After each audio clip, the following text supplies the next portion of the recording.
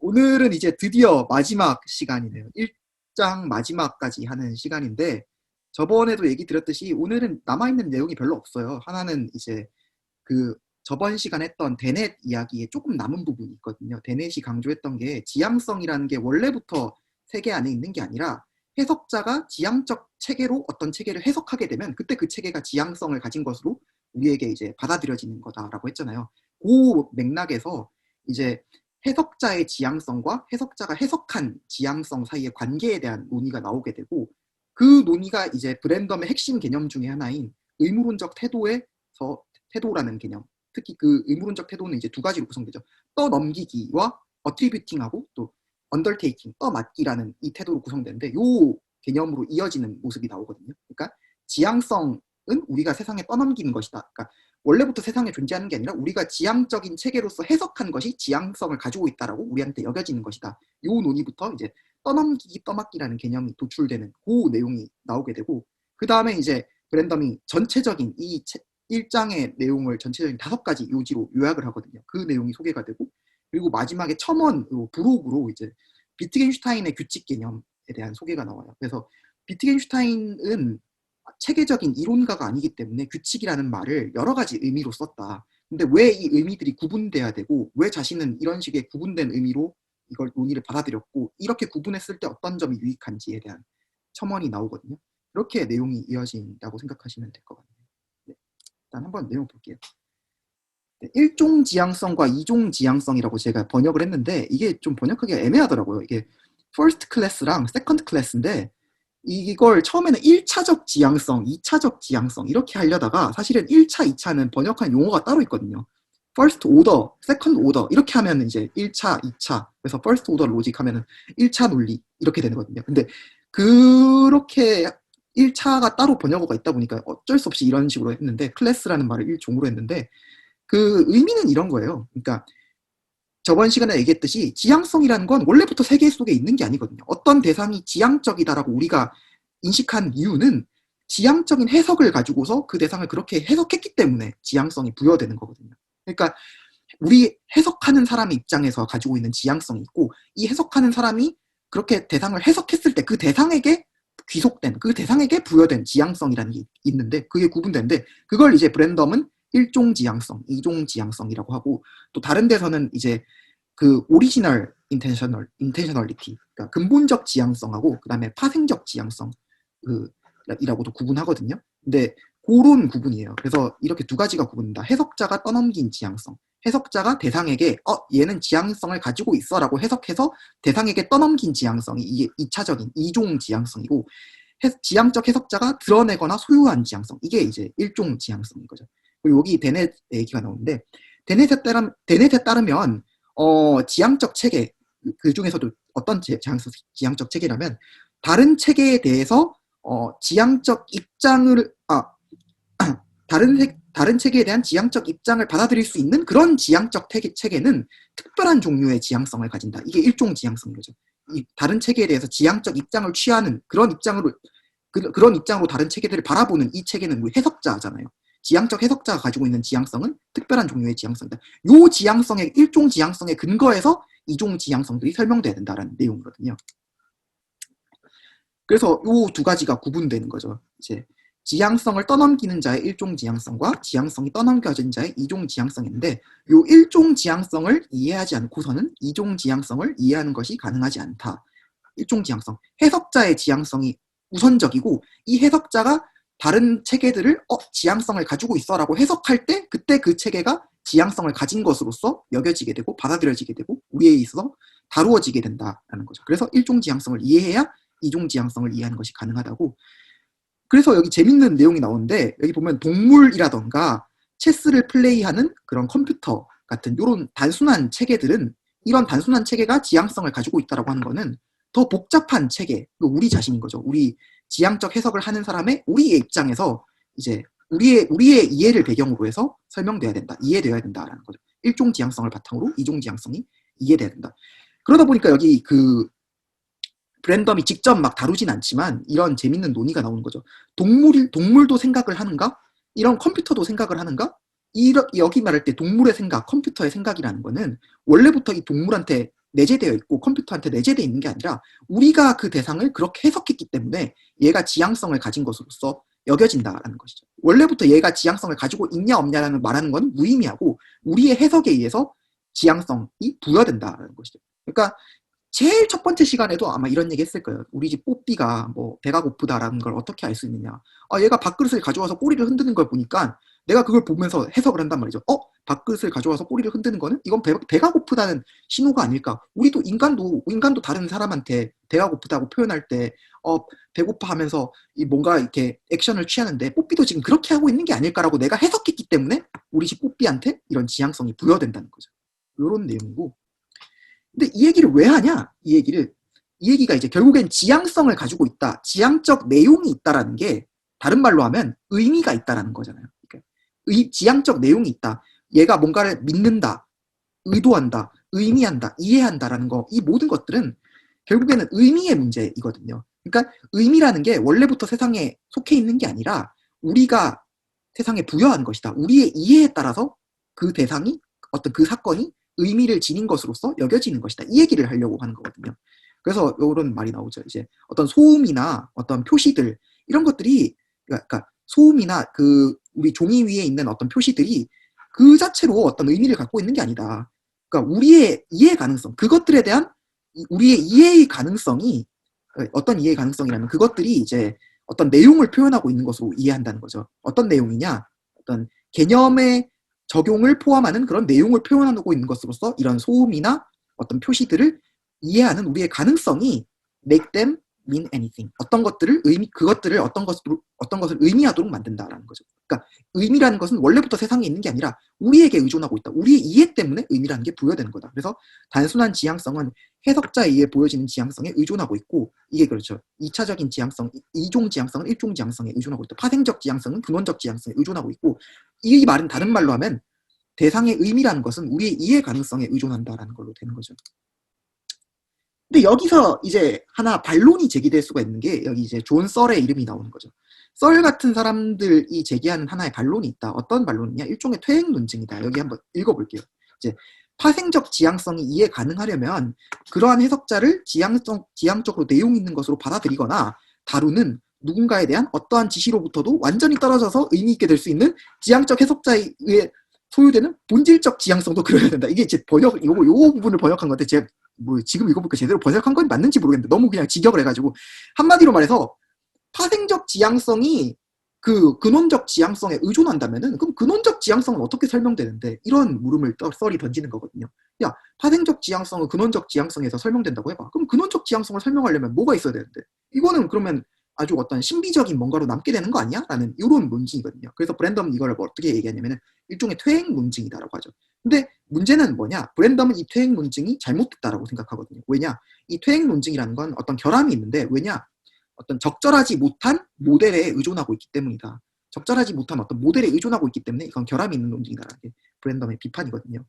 그러면서 요런 얘기를 해요. 그러니까 우리가 규칙의 퇴행 논증을 비판했던 것처럼 규칙주의를 비판했던 것처럼 규칙의 퇴행 논증이라는 게 보여주는 건 결국 뭐냐면은 명제적으로 명시적인 방식으로만 믿음과 의도에 의미를 부여할 수는 없다. 요 사실은 보여주긴 보여준다. 근데 요게 결국에는 요거를 가로막진 않는다. 그러니까 암묵적이고 실천적인 받아들이기와 다루기를 통해 의미를 부여할 가능성이 남아있다. 요 사실을 가로막진 않는다라는 게 브랜덤의 지적이거든요. 그러니까 썰의 퇴행 논증은 일종의 규칙주의에 근거한 그 규칙주의적인 사고방식에 근거해서 제시되는 비판이고 근데 애초에 브랜덤 자신은 그런 규칙주의적인 비판을 암묵적 실천에 호소해가지고 피했기 때문에 암묵적 실천을 통해가지고 의미라는 게 부여될 수 있는 가능성이 남아있는 이상 이 썰의 비판이라는 게 자기한테 적용되지 않는다라는 게 이제 핵심 내용이라고 볼 수 있어요.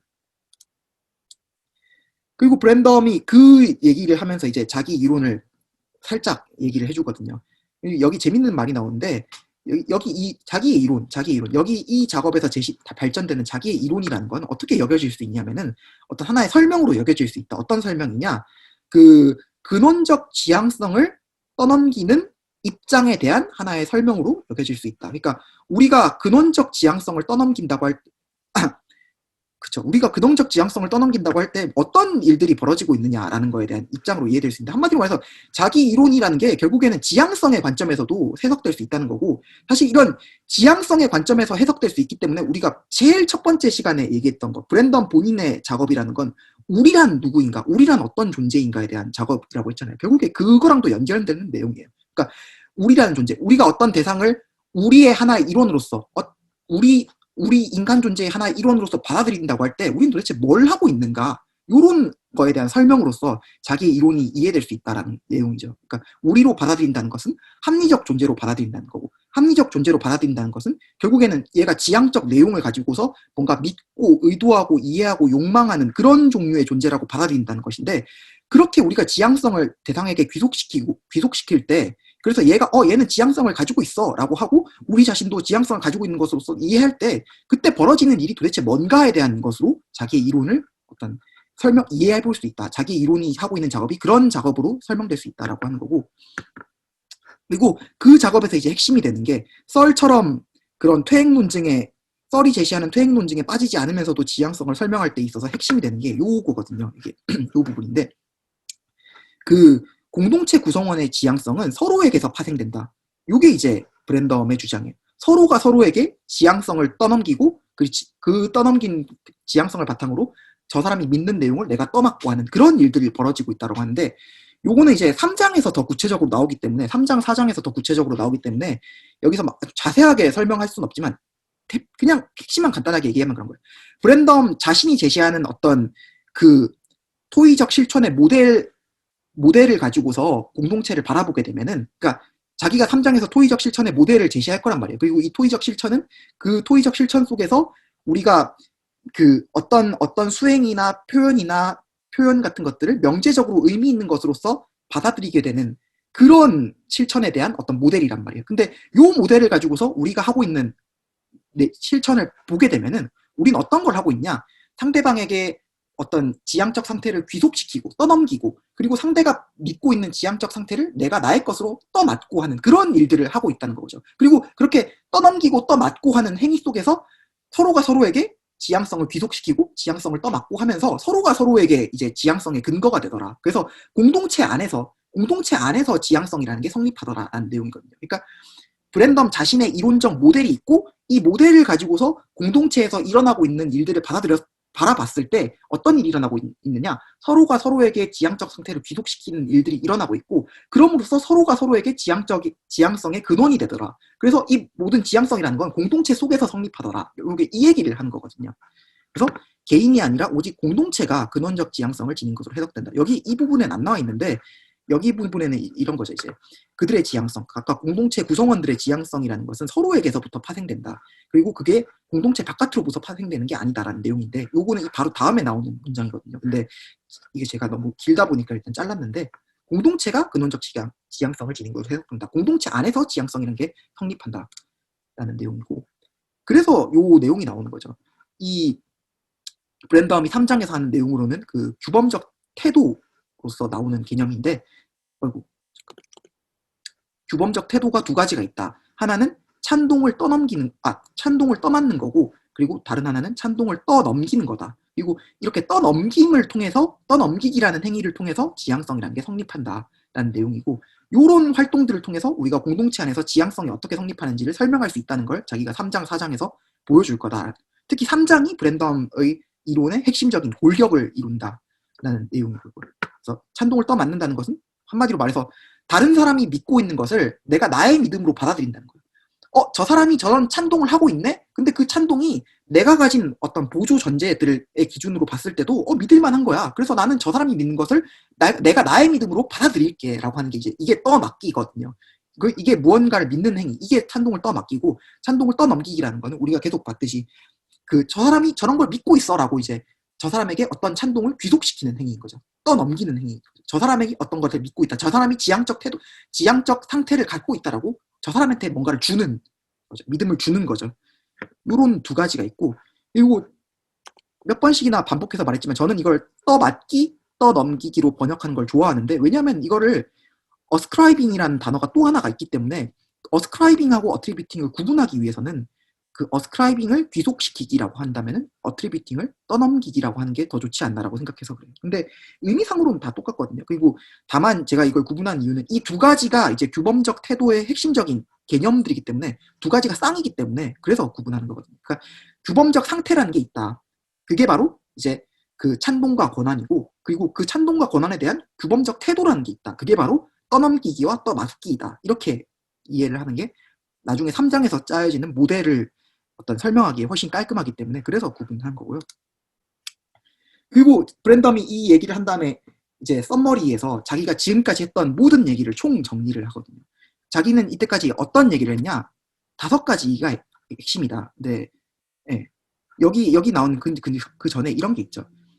그 이 장 1장에서의 이 요점은 뭐냐면은 어떤 적절성의 기준을 어떤 적절성의 기준에 동기를 부여하는 것이 1장의 목적이다. 근데 이게 적절성의 기준이란 게 뭐냐? 이게 바로 이제 토의적 실천에 대한 설명을 지배하는 적절성의 기준이고, 이 토의적 실천에 대한 설명이라는 게 3장에서 제시될 거다. 그러니까 자기가 3장에서 어떤 이론적 모델을 구축하려고 하는데 그 이론적 모델을 구축하기 위한 어떤 조건들이 어떻게 해야 이 모델을 구축하는 게 어떻게 해야 올바르게 이 모델을 구축할 수 있는지에 대한 어떤 조건을 제시하는 게 이 1장의 작업이었다. 그리고 이거는 또한 어떤 작업이었냐면은, 그러니까 그 기본적인 어떤 원재료들을 제시하는 작업이기도 하다라는 거죠, 이제. 그래서 어떤 5가지 요점이 어떤 거였나? 첫 번째는 이제 지향적 상태, 의미, 이해의 규범적인 의의가 나왔다. 이게 처음에 칸트랑 프레게를 가지고 했던 거죠. 이제 자연적 질서와 규범적 질서, 인과적 질서와 인식적 질서가 구분된다. 그리고 그 안에서 대상이 속성을 가지고 있다는 것과 대상이 적절하게 뭔가를 하고 있다는 게 구분돼야 된다. 그래서 지향적 상태, 의미, 이해라는 거는 규범적 질서 속에서 이해가 돼야 되는 거다라는 게 이제 첫 번째 요점이었다. 이게 칸트랑 프레게가 얘기했던 거고, 두 번째 요점은 뭐냐? 이게 비트겐슈타인이 얘기했던 거죠. 규칙의 형식 속에서 명시적인 규범이라는 것은 실천 속에서 암묵적인 규범에 의존한다. 그러니까 명시적인 규범은 암묵적인 규범에 의존한다. 라는 게 비트겐슈타인이 얘기했던 거죠. 그래서 행해진 것과 말해진 것. 여기서 행해진 것이 이제 암묵적인 규범이고, 말해진 것이 명시적인 규범인 거죠. 그러니까 규범적 질서, 자연적 질서와 규범적 질서라는 게 구분이 돼야 되는데, 이 규범적 질서라는 건 어떻게 짜여져 있느냐? 명시적인 규칙이라는 게 있고, 그 규칙을 보장하는 더 암묵적인 규범이라는 게 있다. 그래서 규칙이라는 게 규범에 의존해야 된다. 요 얘기가 두 번째 요점이었다라는 얘기였고, 세 번째 요점이 뭐냐? 만약에 이렇게 설명을 안 했을 때 어떤 문제가 발생하느냐? 규칙주의와 규칙성주의의 문제가 발생한다는 게 세 번째 요점이었다. 그래서 여기 위에는 엄격하게 말해서 여기 위에 나와 있는 거는 규칙성주의에 대한 얘기죠.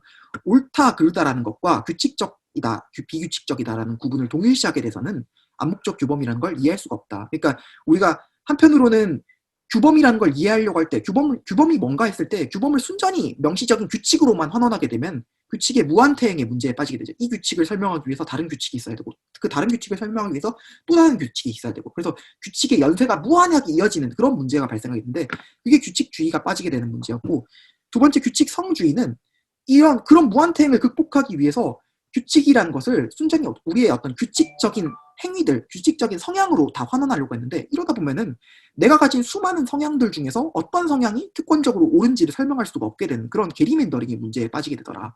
그래서 우리는 규칙주의와 규칙성주의 이 모든 것을 다 벗어나야 된다. 그리고 그렇게 하기 위해서는 명시적인 규칙이라는 게 암묵적인 규범에 의존하고 있다고 해야 된다라는 게 브랜덤의 세 번째 요점이었고, 네 번째 요점은 이제 이런 거죠. 규범이 실천 속에서 암묵적이라는 것이 무엇인지 이해하기 위한 다른 수가 있다. 여기 다른 수라는 게 무브거든요. 이게 보통은 이제 바둑 같은 데서, 장기 같은 데서, 체스 이런 데서 수라고 번역되는데, 다른 수가 있다. 어떤 수냐? 이걸 구분해야 된다. 일단 행해진 것과 그 행해진 것에 대한 평가라는 걸 구분해야 된다. 그래서 이 옳고 그를 수 있는 규범적 상태라는 게 있고, 그 옳고 그를 수 있는 규범적 상태라는 것이 옳은지 그른지를 평가하는 규범적 태도라는 게 있다. 이게 이제 이 규범적 상태와 규범적 태도의 구분을 통해 가지고 자기가 이제 그 암묵적 실천 속에서 우리가 뭘 하고 있는지를 설명하겠다라고 하는 게 브랜덤의 네 번째 요점이었죠. 그리고 그 구체적으로 우리가 하고 있는 행위라는 건 어떻게 설명돼야 되냐? 상벌이라는 걸 통해서 설명돼야 된다는 게 얘기였거든요. 그러니까 우리는 어떤 특정한 수행에 대해서 특정하게 행해진 것, 특정한 규범적 상태에 대해서 상을 주거나 벌을 주는 방식으로 얘네들을 평가하고 있더라. 요 내용이 이제 네 번째로 나왔던 거고, 그러니까 한마디로 이런 거죠. 그러니까 규범이라는 건 실천 속에서 암묵적인데 이 암묵적이라고 하는 것이 무슨 의미인가?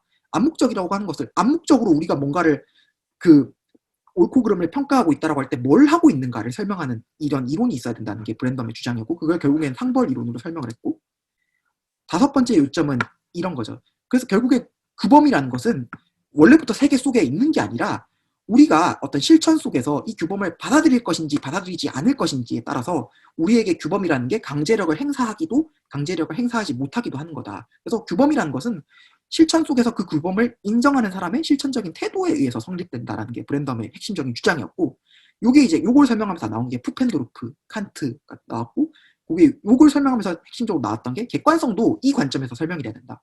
우리가 한번 어떤 규범을 받아들이고 나면 이제는 우리가 받아들이는 태도에 의해서 그 규범이 결정되는 게 아니라 그 받아들인 규범이 이제 우리를 결정하게 된다. 우리가 단순히 특정한 규범을 받아들이기를 원하냐 원하지 않느냐가 중요한 게 아니라 한번 규범을 받아들이고 나면 그렇게 받아들인 규범이 우리를 지배하기 때문에 바로 거기서 이제 객관성이라는 것이 설명될 수 있는 가능성이 나타나게 되고 그리고 이 객관성을 설명한다는 것은 다른 말로 하면은 실수의 가능성을 이해한다는 거다. 내가 지금 하고 있는 것과 실제로 해야 되는 것이 다를 수 있다. 그렇기 때문에 내가 하고 있는 것을 실제로 해야 되는 것에 맞춰가지고 교정시켜 나갈 수 있는 가능성을 설명하는 것이 바로 객관성을 설명하는 것이라고. 그래서 여기서 핵심적으로 된 게 공동체 전체가 다 틀릴 수 있는 가능성은 어떻게 설명돼야 되냐 이런 문제가 또 제기되었다라는 게 다섯 번째 요점이죠. 이 다섯 가지 요점이 브랜덤이 1장에서 했던 내용이었다라는 거고 그러면서 이제 2장에 대한 소개가 한 문단 정도로 간략하게 나오거든요. 2장은 어떤 내용이냐면 다음 장에서는 토의적, 규범적, 사회적 실천의 체계에서 적절한 역할을 수행함으로써 표현, 수행, 태도, 상태에 부여된 명제적 내용에 대한 토의가 시작된다라고 하는데 이게 그런 거예요. 이제 이 의미라는 것은 결국엔 명제적 내용이라는 것은 실천 속에서 부여되는 거다. 원래부터 자연세계에 있는 게 아니라 우리가 실천하는 사회적 실천에 참여해서 뭔가를 하는 과정 속에서 이게 생겨나고 부여되고 하는 거다. 그러면 그 명제적 의미라는 것이 구체적으로 어떤 식으로 어떤 내용을 지닐 수 있는가, 어떤 식으로 의미가 이해될 수 있는가에 대한 논의가 진행되는 건데 한마디로 말해서 이전 1장에서는 주로 화용론에 대한 논의가 나왔어요. 화용론. 우리가 뭘 하고 있는가, 우리가 사회적 실천 속에서 뭘 하고 있는가에 대한 논의였고 그렇게 우리가 함을 통해 가지고 명제적 내용이라는 게 부여가 된다라는 내용이 1장의 핵심 내용이었다면 2장에서는 본격적으로 의미론에 대한 내용이 나오거든요.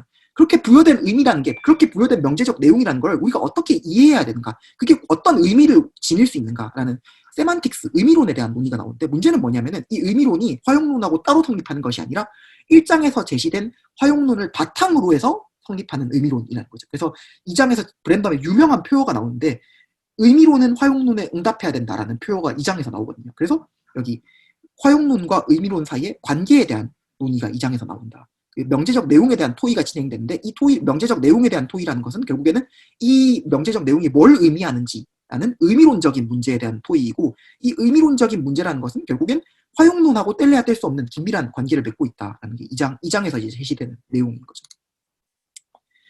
여기까지 해서 이제 브랜덤의 1장 내용은 마무리됐고 이제 남은 부분은 비트겐슈타인의 규칙에 대한 용법이 나오는데 브랜덤이 이제 이건 브록에서 다루는 내용이거든요. 브록에서 비트겐슈타인이 규칙이라는 말을 굉장히 다의적인 의미로 사용한다. 근데 자기가 1장에서 규칙을 사용할 때는 규칙과 규범을 엄격하게 구분해가지고 규칙은 명시적인 거고 규범은 암묵적인 거고 이렇게 구분했는데 비트겐슈타인은 그렇게 사용하지 않더라. 근데 이게 비트겐슈타인 논의에 어떤 혼란을 줄 수가 있기 때문에 자기가 이걸 구분했다라는 내용이 나오는 거거든요.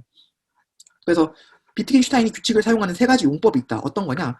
첫 번째는 이제 자기가 의미하는 의미에서 규칙, 명시적으로 우리에게 뭐가 옳은지 그른지를 말하는 그런 의미에서 비트겐슈타인이 규칙을 사용하기도 하고 두 번째로는 자기가 규범이라고 부른 것을 비트겐슈타인이 어떤 규칙이라는 의미로 얘기하더라. 요게 하나에 나온 거고 근데 여기 규칙, 규범, 규칙성 요거 자체는 이 내용엔 나오지 않아요. 이게 제가 읽으면서 요건 나오거든요. 요거랑 요건 나오는데 요거는 뭐라고 해야지? 암시적으로만 나와요. 한마디로 얘기해서. 딱 명시적으로 브랜덤이 이 두 번째가 규범이고 세 번째가 규칙성이다 이렇게 세 번째는 이렇게 얘기하긴 해요. 근데 그 구분은 이건 제가 이렇게 명확하게 한 거라고 생각하시면 되고 하여튼 첫 번째 의미는 자기가 얘기하는 규칙의 의미에서 비트겐슈타인도 규칙이라는 말을 사용하더라. 레겔이라는 말을 사용하더라.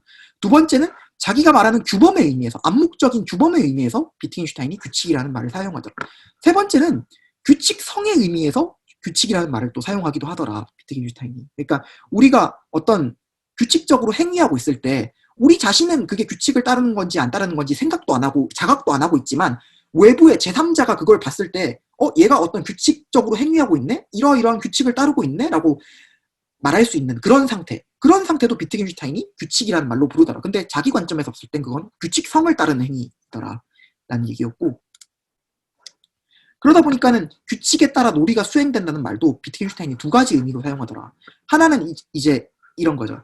규칙이 말하는 것을 이해하고 적절한 수행을 생산하는 것. 그에 따라서 적절한 수행을 생산하는 것. 요건 이제 자기가 얘기하는 규칙에 따른 행위인 거거든요. 그리고 요게 칸트의 개념에서는 규칙에 대한 개념에 따른 행위인 거고, 두 번째는 전적으로 외적인 것. 단순히 규칙에 따른 행위. 이게 이제 규칙성에 따라 움직이는 것도 가끔씩 비트겐슈타인이 규칙에 따라 그 놀이가 행해진다는 말로 부르더라. 그러니까 첫 번째는 브랜던 본인이 주장하는 내용에서 규칙을 따른다는 거고, 두 번째는 규칙성을 따른다는 것도 비트겐슈타인이 가끔씩 규칙을 따른다는 말로 사용하더라. 근데 왜 그렇게 사용하냐면은 이거는 이제 그런 거죠. 비트겐슈타인한테서는 그 행위에 있어서 일치라는 게 되게 중요하거든요. 그러니까 이건 브랜덤 해석이에요.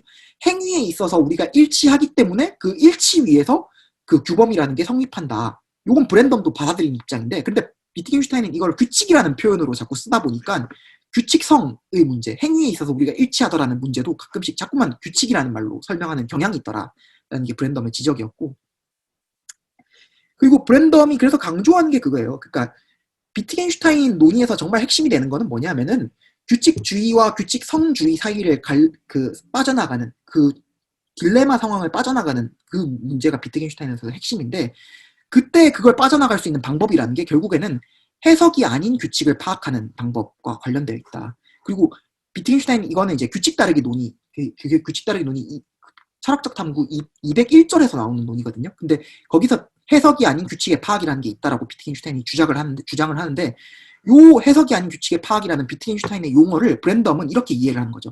실천 속에 있는 암묵적 규범을 바탕으로 규칙을 파악하는 거다. 요런 의미로 이해를 하는 거죠. 그래서 규칙을 해석하지 않고서도 규칙을 파악한다. 요게 가능해야 되는데, 요게 가능해야 규칙을 해석한다는 게 그거잖아요. 규칙주의에 빠지는 거잖아요. 이 규칙을 이해하기 위해서 다른 규칙으로 이 규칙을 해석해야 되고, 또 다른 규칙을 이해하기 위해서 또 다른 규칙으로 그 규칙을 또 해석해야 되고. 그래서 규칙을 자꾸 해석이라는 관점에서 보게 되면 규칙주의에 빠지게 되고, 이걸 극복하려고 하다 보면 또 규칙성주의에 빠지게 되는 그런 딜레마가 생기는데, 그런 딜레마를 극복하기 위해서는 해석이 아닌 규칙의 파악이라는 게 가능해야 되고, 이 해석이 아닌 규칙의 파악이라는 게 비트겐슈타인에서 핵심 주장인데, 자기는 그것을 이제 실천 속에서 규칙을 파악한다라는 말로 이해를 하는 거다. 그래서 규칙을 전혀 포함하지 않고서도 규범에 대한 인정을 포함하는 실천이 존재한다. 그러니까 한마디로 말해서 실천 안에 암묵적 규범이라는 게 있고, 이 암묵적 규범을 바탕으로 규칙이라는 게 이해가 된다. 그게 바로 비트겐슈타인이 제시하는 전략이고, 자기가 이 전략을 좀 더 명료하게 하기 위해서 이런 규칙들의 의미를 구분해가지고 규칙과 규범을 나눈 거다라고 얘기를 하는 거거든요. 그리고 요 얘기는 그거예요. 그러니까 해석이 아닌 규칙의 파악이라는 거는 여러 가지 실천의 가능성들 중에서 하나일 뿐이지, 이게 모든 실천을 대변하는 게 아니다. 그러니까 한마디로 얘기해서 암묵적 규범이라는 게 규칙보다도 훨씬 더 큰 개념이라는 의미거든요. 그래서 실천 속에서 암묵적 규범을 따른다는 게 훨씬 더 넓은 개념이고, 이게 규범이라는 게 실천 안에 있는 핵심적인 어떤 그 개념인 것이지, 규칙이라는 게 자꾸만 이 규범이라는 걸 포괄하는 것처럼 용어가 상정돼서는 안 된다라는 얘기가 나오는 거거든요. 그러니까 실천이라는 것은 해석이 아닌 규칙을 파악하는 방법으로 제한돼서는 안 된다. 그러니까 규칙 따르기라는 거는, 그러니까 우리가 암묵적 실천 속에 있는 암묵적 규범을 바탕으로 해서 그 타당성을 평가하는 수많은 여러 가지 예시들 중에, 방식들 중에 하나의 예시일 뿐이지, 규칙 따르기라는 게 이 모든 그 암묵적 규범에서 암묵적 실천에서 이루어지고 있는 모든 일들을 포괄할 수 있는 그런 건 아니다. 그 대표적인 하나의 증거 구절 중에 하나로 이걸 가져오거든요. 그러니까 비트겐슈타인이 이런 얘기를 했다. 그 규칙에 복종하는 것, 그리고 어떤 보고를 만드는 것, 그리고 어떤 명령을 주는 것, 그리고 체스 게임을 플레이하는 것은 하나의 어떤 관습이다라고 얘기하는데, 여기서 보면은 규칙에 복종하는 것은 다른 여러 가지 실천들 중에 하나로 나열될 수 있는 하나인 것이지, 요게 그러니까 규칙을 가지고서 실천을 설명하려는 시도가 이게 전부가 돼서는 안 된다. 규칙이라는 건 실천 안에서 우리가 할 수 있는, 규칙 따르기라는 건 그 실천을 가지고서 우리가 할 수 있는 수많은 가능성 중에 하나일 뿐이지, 규칙 따르기 자체가 실천이라는 것을 다 포괄하진 않는다라는 얘기. 얘기를 하고 있는 거죠. 여기까지 해서 저희가 그 1장의 대단원의 막을 내렸고, 여기 이제 나머지 이 부분은 그 1장과 관련해서 좀 더 나아가서 읽어보면 좋은 어떤 제가 추천드리는 자료거든요. 이 중에서 요 두 가지는 저희가 구체적으로 읽었죠. 규칙주의와 규칙성주의를 하면서 읽었는데, 하나는 이제 아난디 하티안가디의 논문이고, 하나는 맥도웰의 논문이었고, 그리고 요것도 다니엘레 맥베스 이 논문도 제가 중간에 한번 언급은 했어요. 근데 언급은 하고서 저도 한번 찾아봤는데 이게 되게 좋은 논문이더라고요. 이게 어떤 내용이냐면은, 그러니까 저번에 한번 얘기했듯이 브랜덤은 이제 그 규범성, 그 다음에 사회성이라는 것을 우리 구조가 아닌 나 당신 구조를 통해서 설명해야 된다라고 주장을 하거든요. 근데 맥베스 같은 경우에는 아니다. 브랜덤이 잠깐 오해하고 있는 게 있다. 브랜덤이 비판하는 우리 구조가 우리 구조의 전부인 것이 아니다. 그리고 브랜덤이 제시하는 당신 구조로 환원되지 않고서도 여전히 어떤 우리 구조에 따라서 규범성이라는 것을 설명할 수 있는 가능성이 있다라고 하면서 비트겐슈타인이 제시하는 삶의 형식 개념이 우리 구조를 바탕으로 하면서도 그러면서도 공동체주의로 환원되지 않는 그런 어떤 개념이다라고 제시를 하는 논증이거든요. 그리고 그거를 이제 어떻게 엮냐면 맥베스가 아리스토텔레스의 어떤 그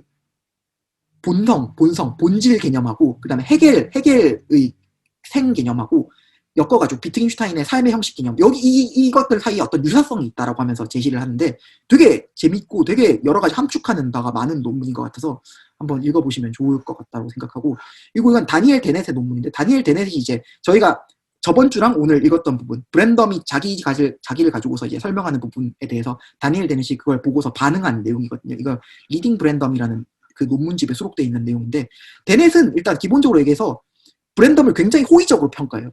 맞아. 브랜덤 네가 맞아. 네가 설명한 방식 난 거의 전적으로 동의해. 아주 훌륭해 하면서. 그리고 브랜덤 네가 나를 가끔 비판하는 부분도 있던데 비판하는 것도 네가 맞아. 역시 훌륭해 라고 하는데, 근데 데넷은 좀 아쉬워하는 게 그런 거죠. 근데 네가 얘기하는 거에 내가 거의 다 동의하는데 너는 너무 공동체를 바탕으로 하는 설명을 가지고서 공동체를 바탕으로 하는 설명과 자연주의적인 설명을 너무 대립시키는 것 같아. 근데 이게 사실 대립될 필요가 없거든. 네가 얘기하는 거 내가 가지고 있는 자연주의적 입장에서도 다 설명될 수 있어. 너랑 나랑 그 반대되는 입장이 아닌 거 알잖아. 근데 너는 너무 자연주의를 싫어하는 것 같아. 이런 비판을 하는 논문이거든요. 그러니까 브랜덤이 자연주의에 대한 너무 강렬한 어떤 반대 입장을 취하고 있는데, 그래서 자기의 이론이 자연주의로 환원되면 안 된다라고 자꾸 주장하고 있는데, 데넷이 보기에는 그렇게까지 자연주의를 네가 비판할 필요가 있냐. 너랑 나랑 다 비슷한데, 그리고 나는 내가 가지고 있는 자연주의 입장에서도 네가 하고 있는 얘기 충분히 다 얘기할 수 있는데 우리는 다 자연주의로 얘기하는 게 훨씬 더 낫지 않냐. 이런 식의 얘기하는 논문이거든요. 그리고 이 논문들이 사실 다 제가 읽기로는 다 나름대로 연결이 되어 있다고 생각해요. 어떤 식으로 연결되어 있냐. 논문들이 서로 언급하는 건 아닌데 문제의식이 되게 비슷해요. 어떤 문제의식이냐면은 첫 번째 맥도웰 논문 같은 경우에는 브랜덤이 특히 규칙 따르기 문제에서 규칙과 규칙의 수행, 그러니까 규칙 따르기와 수행, 규칙과 규칙의 적용, 그리고 의미와 의미에 대한 파악 이런 것들을 자꾸 이분법적으로 분리시켰다. 그리고 그걸 분리시킨 다음에 해석이라는 걸 통해 가지고 그 사이를 메꾸려고 하는 그런 모습을 보인다. 근데 그런 것들 때문에 브랜덤 안에서 잘못된 문제가 나타난다라고 비판한 논문이 이 논문이거든요. 그리고 사실 그런 관점에서 하티안 가디의 논문을 읽을 수가 있어. 하티안 가디가 비판한 건 뭐냐면은 브랜덤이 규칙주의와 규칙성주의를 극복했다라고 주장하는데 극복하지 못한 것 같은데 브랜덤 본인의 주장도 규칙주의와 규칙성주의 문제에 그대로 빠지던데? 라고 비판하는 논문이거든요. 그리고 그 비판이 성립하는 이유는 이 맥도웰의 관점에서 봤을 때는 여전히 브랜덤은 어떤 규칙과 규칙의 수행, 의미와 의미에 대한 파악을 나눠놓은 다음에 그걸 이론으로 메꾸려고 하는 그런 작업을 하고 있기 때문에 벌어지는 일이라고 볼 수 있을 것 같고, 그래서 하티안 가디 같은 경우에는 성향주의를 옹호해요.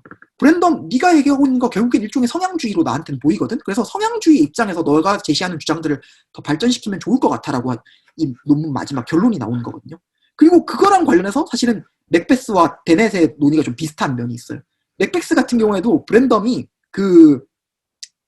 규범적인 문제와 사실적인 문제들을 너무 이분법적으로 분리시켰다라고 비판하거든요. 그리고 그 삶의 형식이라는 거는 그런 식의 이분법적 구별에 종속되지 않는다라는 걸 강조하면서 우리가 삶의 형식을 가지고 있다라는 거는 그 어떤 자연적인 생명체들도 삶의 형식 안에서 무엇을 해야 되는지가 그 그 안에 내재되어 있고 그 삶의 형식이라는 게 우리 사회 속에서 점점 이제 부각됨으로써 우리가 뭘 해야 되는지 말아야 되는지가 그 결정되게 되는데 이런 것들은 브랜덤이 구분한 어떤 이분법적인 기준 안에 이분법적인 기준으로 환원되지 않는 것 같다. 그런 점에서 비트겐슈타인의 본래 논의가 브랜덤보다 더 나은 것 같다라고 지적하는 논문이거든요.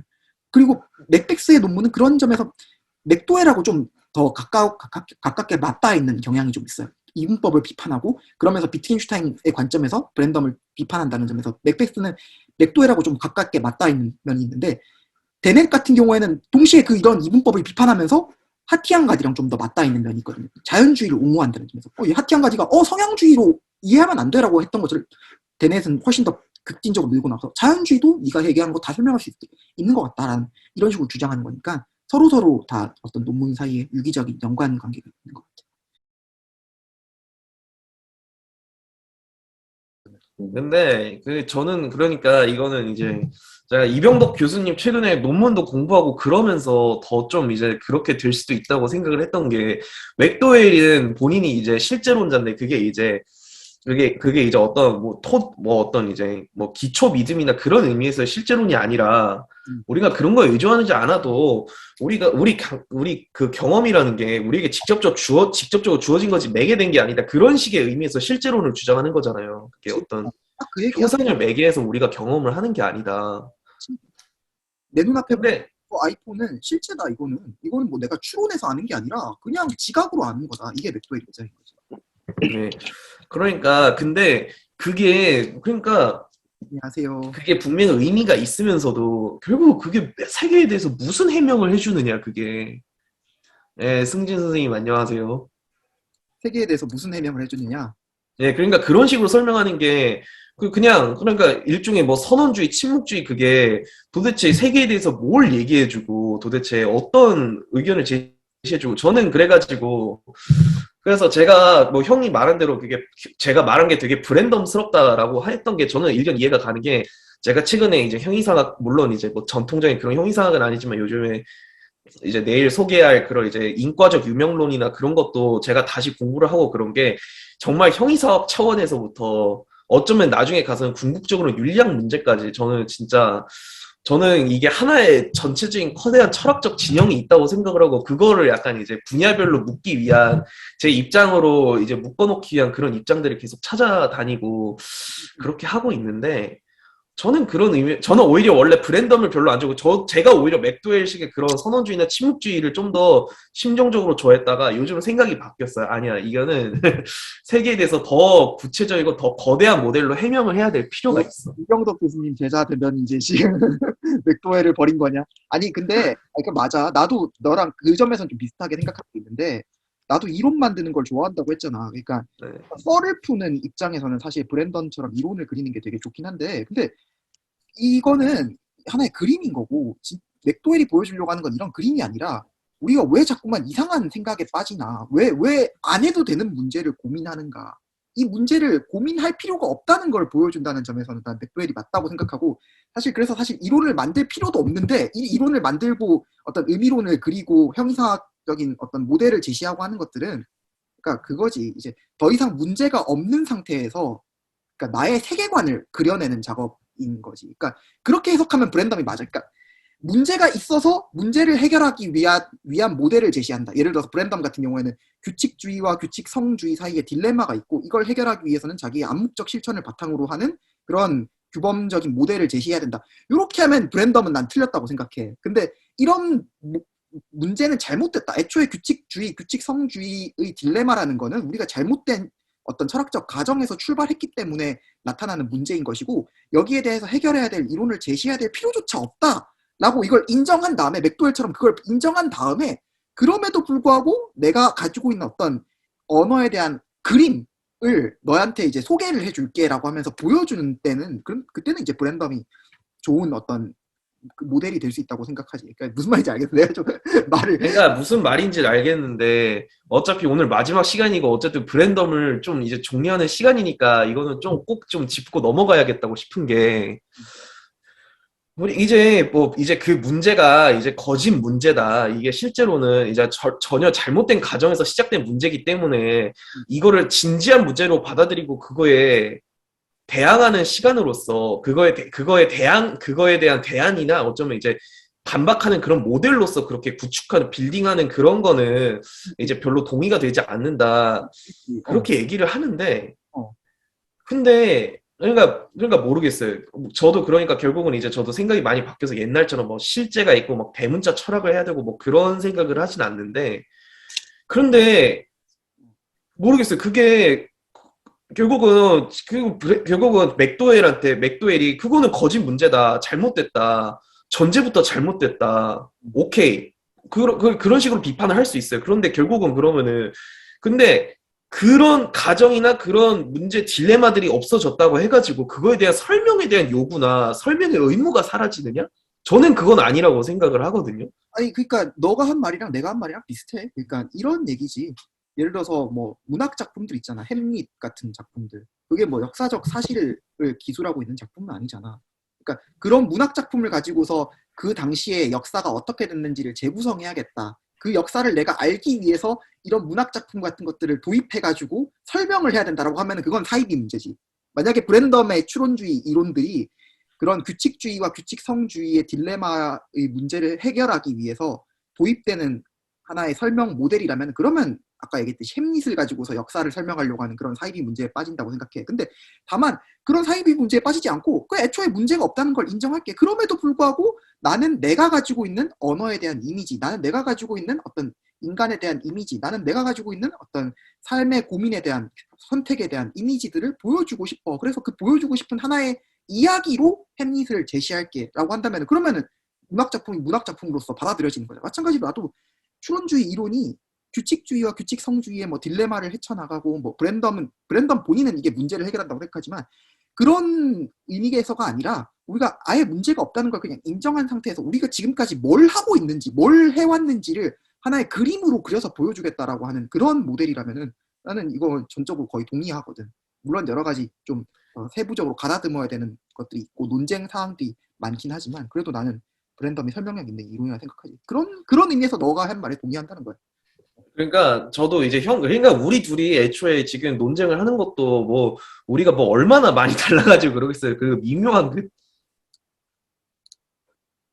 지금 문제 제기가 어떤 거냐. 그러니까 저희가 이게 좀 약간 맥락이 좀 긴데, 그러니까 저랑 유석이 형 입장 차이가 이제 저는 이제 브랜덤이 해결하려는 철학적 문제가 실제적으로 진짜 문제가 되는 거고, 그래서 브랜덤의 이런 이론을 구축하는 그런 과정들이 다 실제적으로 철학적 문제를 해결하는 거다. 그리고 나도 앞으로 브랜덤처럼 여러 철학적 입장들을 조합을 해가지고 그런 거대한 철학적 진영을 구축하는 작업을 하고 싶다고 얘기를 했는데, 이제 유성이 형은 이론 쌓는 것 자체는 본인도 좋아하지만 그 문제들이 진짜 문제여서가 아니라 그것들은 이미 다 거짓 문제고 사이비적인 문제인데 그거를 인정하고서 자기 해결책이 그 문제들을 진짜 그런 실제하는 문제를 해결하는 이론으로서가 아니라 그냥 이 세계에 대해서 어떤 하나의 문학 작품처럼 내가 이 세계를 이런 모델로 그려보겠다, 이런 시도를 해보겠다, 그런 의미에서의 이론 빌딩이라면은 인정을 하는데 그 문제들이 진짜 심각하고 실제적인 문제여가지고 해결한다면은 그거는 잘못된 과정에 서 있다고 생각한다. 그게 이제 맥도웰의 이제 어떤 맥도웰 그 류의 주장인데 이제 유석이 형은 이제 맥도웰 류의 주장을 지지한다는 입장이고 저는 이제 여전히 그러니까 뭐 그게 사이비적이라는 비판은 가능할 수 있어도 여전히 그것들을 실존하는 문제고 해결해야 될 문제다 이렇게 진지하게 받아들여야 된다. 저는 좀 약간 이제 그런 입장으로 예, 그런 사소한 차이 가지고 계속 입씨름하고 있었습니다. 네? 그렇지. 뭐 이 추론주의도 여러 가지 의미론의 모델 중에 하나인 거잖아. 나는 그렇게 생각해. 그래서 의미론의 여러 모델들이 다 나름대로 어떤 언어의 작동 방식에 대해서 강조하는 측면들이 있고 그게 다 나름대로 맞아. 근데 다만 이제 어떤 기준에서 봤을 때 어떤 모델이 좀 더 뛰어날 수 있고 다른 모델이 좀 더 열등할 수 있긴 한데 그거를 절대적으로 우위를 평가하기는 힘들지. 근데 그런 여러 가지 병렬적으로 나열될 수 있는 모델들 중에서 하나의 유용한 모델로서는 나는 추론주의가 굉장히 강력한 모델이라고 생각하긴 하거든. 근데 다만 이게 일단 첫 번째 모든 다른 언어적 모델들에 비해서 월등하게 우월하다라고 말하기는 힘들고 두 번째는 이게 다른 언어에 대한 모든 어떤 문제들을 다 해결한다고 말하기도 힘들고 세 번째는 애초에 그렇게 해결돼야 될 문제가 있는지도 좀 어려운 거지. 근데 다만 언어의 특정한 추론이라는 특정한 측면을 강조해서 우리의 언어 사용 방식의 전체적인 면모를 아주 잘 그려낸다는 점에서 그걸 하나의 그림으로 나타낼 수 있게 한다는 점에서 나는 브랜덤 이론을 지지하는 거지.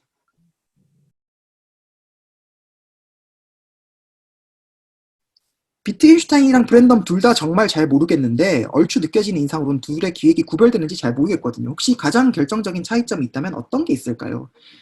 결정적인 차이점이 있다면 그런 거죠. 비트겐슈타인은 이론을 만들려고 하지 않고 브랜덤은 이론을 만들려고 하죠. 그러니까 브랜덤은 의미론을 성립시켜가지고 우리의 어떤 그 명제적인 내용들을 우리가 어떻게 이해를 해야 되는지를 설명하려고 하는 건데 비트겐슈타인은 그런 설명에 반대를 하거든요. 왜냐하면 이게 제일 처음에 제가 이제 인테랑도 논쟁이라고 해야 되나? 얘기했던 내용인데 비트겐슈타인이나 맥도웰은 애초에 해결되어야 될 문제가 없다라고 보는 입장이에요. 그러니까 규칙주의, 규칙성주의는 잘못된 가정에서 출발하는 문제이기 때문에 우리가 잘못된 가정만 벗어버리고 나면은 애초에 그런 문제에 빠지지도 않는다는 게 그 두 사람의 주장인데 그러니까 잘못된 가정이라는 게 뭐냐?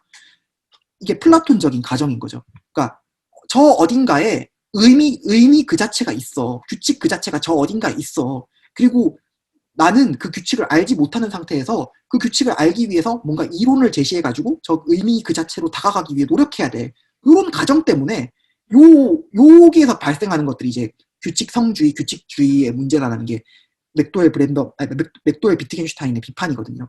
그리고 이 가정을 없애버리게 되면 애초에 해결해야 될 문제가 남지 않는 거죠. 왜냐하면 전제가 거짓이면은 그러면은 그 논증 자체 규칙주의, 규칙성주의의 논증 자체는 애초에 잘못된 논증이 돼버리는 거예요. 근데 브랜덤 같은 경우에는 그런 가정을 문제 삼지 않고서 이건 문제가 맞아. 규칙주의랑 규칙성주의는 우리가 해결해야 되는 문제가 맞아. 그리고 그걸 해결하기 위해서는 이론이 제시돼야 돼. 그 이론이 뭐냐? 나의 추론주의적인 의미론이야라고 제시하는 게 이런 게 이제 브랜덤 입장인 거죠. 근데 이게 되게 어려운 부분이에요. 왜냐하면은 브랜덤 본인도 내가 얘기하는 게 비트겐슈타인 맞잖아. 내가 비트겐슈타인하고 뭐가 다른데라고 하면서 맨날 맥도웰한테 항의를 하거든요. 왜냐하면 자기도 비트겐슈타인의 근거를 두고 있는 철학자이기 때문에 이게 그러니까 비트겐슈타인을 어떻게 해석해야 되는지에 대해서 갈라지는 지점인 거고 그 지점들 포인트들을 굉장히 다 이렇게 서로 막 면밀하게 비교해 보지 않으면 사실 되게 다 서로 다 비슷비슷하게 보이는 게 당연한 거예요. 저도 처음에는 이게 다 똑같아 보였는데 보면 볼수록 이제 그런 전략들이 다르더라고요. 하나는 애초에 우리는 잘못된 사이비 문제에서 출발하는 게 때문에 사이비 문제가 없으면 제시돼야 될 이론도 없다라고 보는 입장이고 하나는 이건 사이비 문제가 아니고 진짜 문제이기 때문에 이론을 제시해서 문제를 해결해야 된다라고 보는 입장인 거죠. 그런 점에서 갈리는 거죠.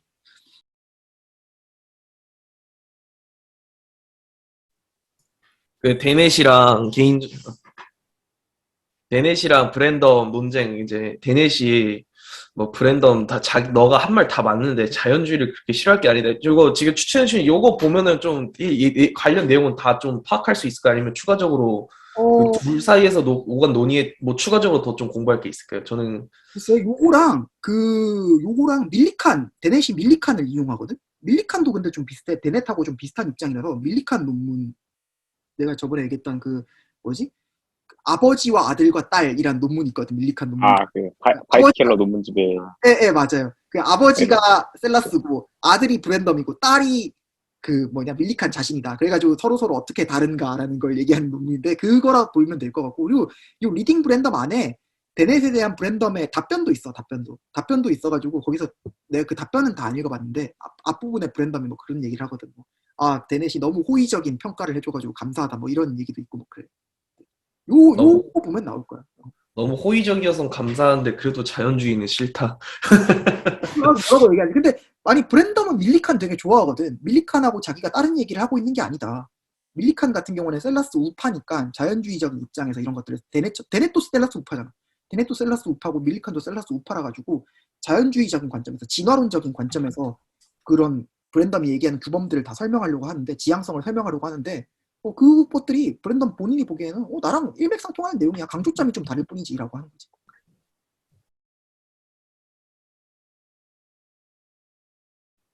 질문이 계속돼서 죄송합니다만 브랜덤의 추론주의가 이를테면 자연 대상 인식과는 어떤 관계를 맺고 있다고 볼 수 있을까요? 이미 다루었던 주제라면 죄송합니다. 자연 대상 인식이라는 게 뭐 객관적 사물을 인식하는 내용 말씀하시는 건가요? 뭐 예를 들어서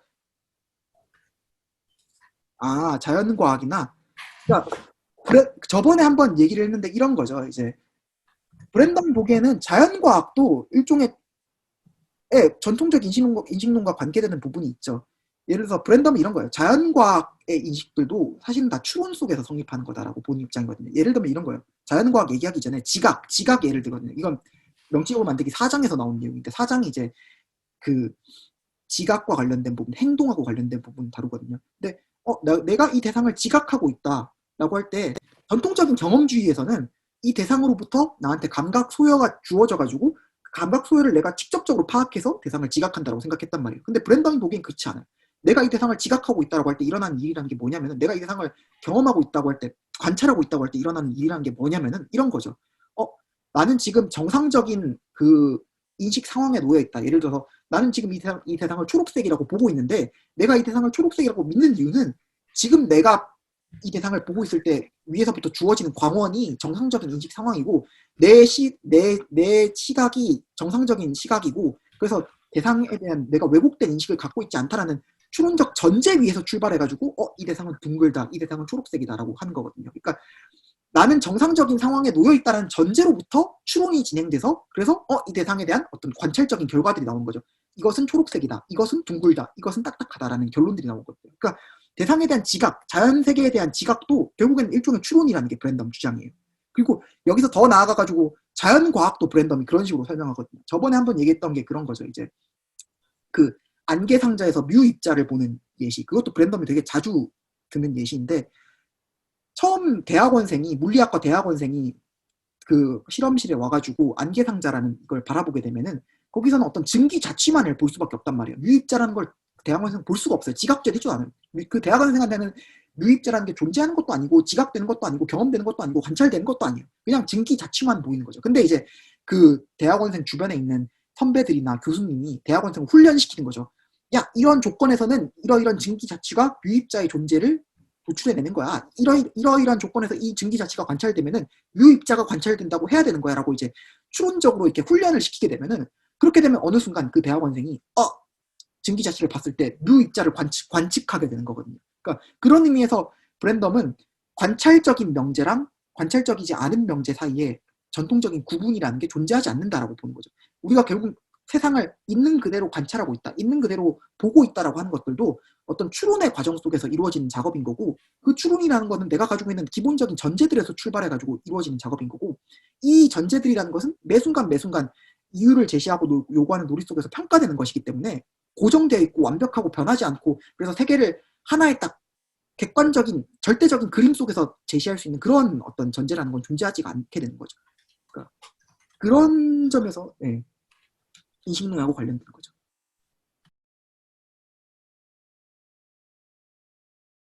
간단하게 짚고 넘어가면은 처음에 이제 다니엘 데넷 하면서 못했던 부분, 나머지 부분이 마지막으로 나오게 되는 거죠. 그래서 두 가지 종류의 지향성이 있다. 근원적인 지향성과 파생적인 지향성이라는 게 있다라는 얘기가 나오는 거고 그런 설명들이 쭉 이어지는 거고 근데 여기 되게 반복되는 내용이 많아요. 1종 지향성, 2종 지향성. 제가 그 클래스를 어떻게 번역해야 될지 몰라서 여기 나오는 거거든요. 이게 퍼스트 클래스, 세컨드 클래스인데 클래스를 어떻게 번역해야 될지 몰라서 1급, 2급 하긴 좀 이상하고 클래스 1종, 2종 자동차 할 때 그것도 이제 퍼스트, 세컨드 클래스라고 하더라고요. 그래서 1종, 2종을 했는데 어쨌든 핵심은 지향적 해석자가 부여하는 지향성과 그게 2종 지향성이고 지향적 해석자가 자신이 보여주는 지향성, 자신이 가지고 있는 지향성, 1종 지향성인 거죠. 그래서 1종 지향성은 2종 지향성에 의존해야 된다라는 2종 지향성은 1종 지향성에 의존해야 된다는 거고 그리고 이것 여러 가지 표현이 나온 거죠. 단순한 지향적 체계라는 게 있고 그리고 해석하는 지향적 체계라는 게 있다. 이 해석하는 지향적 체계가 우리 자신인 거고 단순한 지향적 체계라는 게 뭐 아까 얘기했던 거죠. 동물이라던가 뭐 체스 플레인 컴퓨터 이런 거들이죠. 그리고 이런 지향성에 대한 얘기들은 왜 나오는 거냐면은 결국엔 의미랑 이해 사이의 관계 때문에 그래요. 의미라는 게 원래부터 세계에 존재하는 게 아니라 우리의 이해 가능성에 의존하고 있는 거다. 이 얘기를 하려고 브랜덤이 계속 주장을 한 거고 여기서 그래서 이런 얘기가 나온 거죠. 파생적 지향성이 있는 거고 근원적 지향성이 있는 거고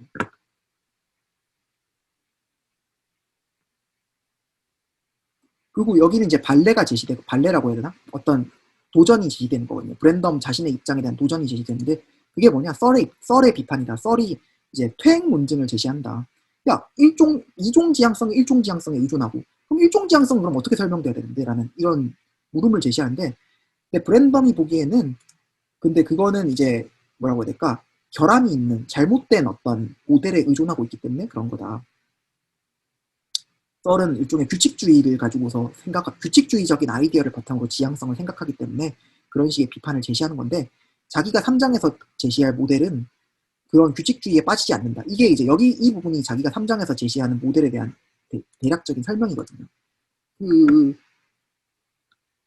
그쵸. 그리고 여기서 이제 여기 부분이 그런 거예요. 그러니까 자기식으로 어떤 그 토의적 실천에 대한 이론을 성립시키고 나면 그 이론에 따라서 이 실천 속에서 일어나는 일은 어떻게 보이게 되느냐.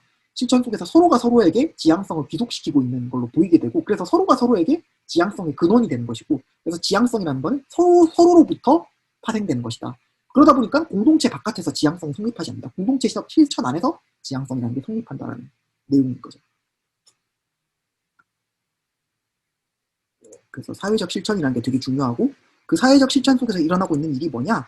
떠맡기랑 떠넘기기다. 이게 3장에서 되게 중요한 그 의무론적 상태가 이제 찬동과 권한, 커미트먼트, 인타이트먼트였다면은 의무론적 태도가 두 가지가 있는데, 그게 언더테이킹, 어트리뷰팅이다. 라는 내용이고, 3장 얘기가 계속 나오는 이유가 3장이 브랜덤 이론의 핵심이라서 그래요. 그래서 1장에서 나오는 모든 내용들은 3장을 예비하고 있고, 3장에서 완벽하게 실현되는 내용이거든요.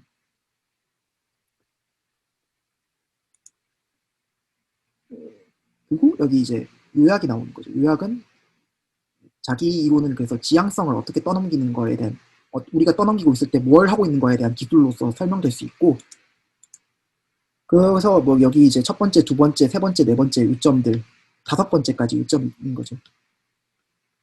이 부분은 워낙 딱딱 구분돼 있어가지고 따로 얘기를 할 건 없을 것 같고, 그러면서 여기 마지막 부분에 이제 2장에 대한 소개가 나오는 거죠. 2장에서 우리는 의미론에 대해서 다룰 것이다. 그리고 이 의미론이라는 게 결국에는 화용론하고 어떤 긴밀한 관계를 맺고 있다. 라는 내용이 나오고, 그러면서 이 마지막 부록에 이제 비트겐슈타인의 규칙, 레겔이라고 여기 한 이유가, 이걸 이제 비트겐슈타인이 여러 가지 의미로 쓰다 보니까 딱 그 룰이라고 번역하기가 어려워서 그런 것 같아요. 브랜덤이. 그래서 규칙에 대해서 여러 가지 의미로 사용하고 있다. 세 가지 의미가 있는데, 세 가지 의미가 첫 번째는 이런 거고, 두 번째는 이런 거고, 마지막은 이런 거다. 첫 번째가 자기가 얘기하는 규칙의 의미로, 두 번째가 규범의 의미로, 세 번째가 규칙성의 의미로 쓰더라.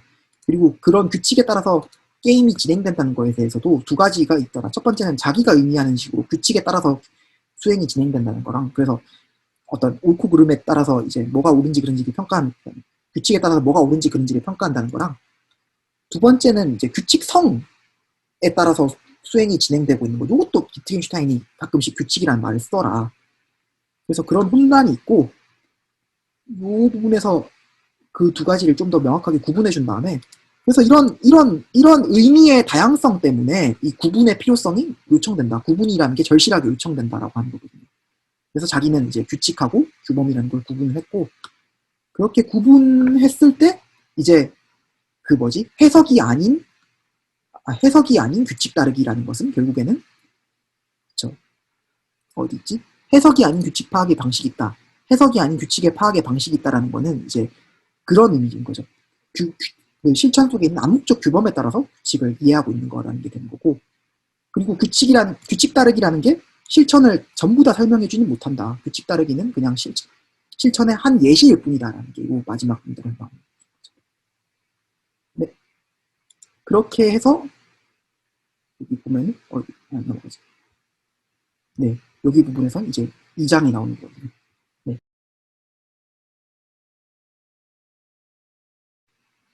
네. 그러면은 근데 진짜 저희가 지금 13주 동안 이걸 했거든요. 13주 동안 정말 너무 잘 나와주셔가지고 제가 너무 감사하고, 덕분에 이거 하는데 제가 공부를 정말 많이 하겠어요. 제가 브랜덤의 이 책을 이렇게까지 제가 꼼꼼하게 읽어본 적이 없어요. 맨날 대충 읽었지. 근데 여러분이 계셔가지고 제가 설명해야 된다는 부담감 때문에 정말 꼼꼼하게 읽게 됐고, 그래서 저한테 오히려 도움이 되게 많이 된 것 같아요. 그리고 뭐 작은 바람이 있다면, 브랜덤은 분석 철학에서도 거장인 철학자이지만 이 사람이 제시하는 어떤 모델이 다른 현대 철학의 여러 가지 문제들에 적용될 수 있기 때문에 이 문제의 틀을 가지고서 다른 철학들을 이해하는 데 좀 더 명료하게 쓰셨으면 좋겠고, 네, 그래서 뭐 유럽 철학이라든지 아니면 다른 분석 철학의 문제라든지 브랜덤의 관점하고 한번 비교해 보면서 다른 공부하실 때 참고하시면 좋지 않을까라는 생각이 듭니다. 네, 진짜 13주 동안 너무 고생 많으셨습니다. 네, 그럼 이것으로 브랜덤 세미나를 완전하게 마치도록 하겠습니다. 네, 감사합니다. 아, 우리 유석 선생님 아주 고생 많으셨습니다. 이거 뭐 저희가 잘 나왔다 그러지만 뭐 본인이 제일 꼼꼼하게 준비해가지고 정말 올 가치가 있었기 때문에 예, 맞습니다. 다들 수고 많으셨고 특별히 또 우리 유석 선생님 고생 많으셨습니다. 네, 감사합니다.